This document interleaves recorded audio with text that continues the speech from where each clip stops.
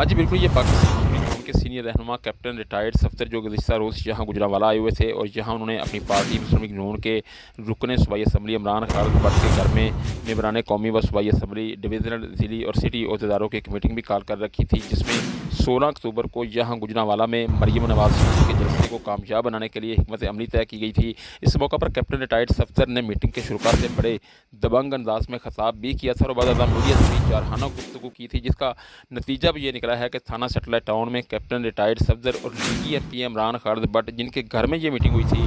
दोनों के खिलाफ संगीन नोयत की दफात के तहत SHO सैटेलाइट टाउन की मदयत में मुकदमा दर्ज कर लिया गया है। जो FIR इन दोनों लीगी रहनुमाओं के खिलाफ दर्ज हुई है, उसके मुताबिक कैप्टन रिटायर्ड सफदर ने सूबाई और वफाकी हुकूमत, अफवाज पाकिस्तान और आर्मी के आला अफसरान के खिलाफ हर्जासराई की और लोगों के अंदर अफवाज पाकिस्तान के बारे में नफरत के जज्बात उबारे, जिससे लोगों के अंदर गमो गुस्सा पैदा हुआ और इनका मकसद अमन व अमान का नुकसान पहुँचाना भी था। और लीगी रहनुमा ने यह भी कहा था कि जिस शहर में किसी भी कारकुन की गिरफ्तारी हुई तो उस शहर के कोर कमांडर के घर का मुहासरा करेंगे और धरना देंगे। पुलिस के मुताबिक दोनों लीगी रहनुमाओं की गिरफ्तारी के लिए टीमें तश्कील दे दी गई हैं। जी।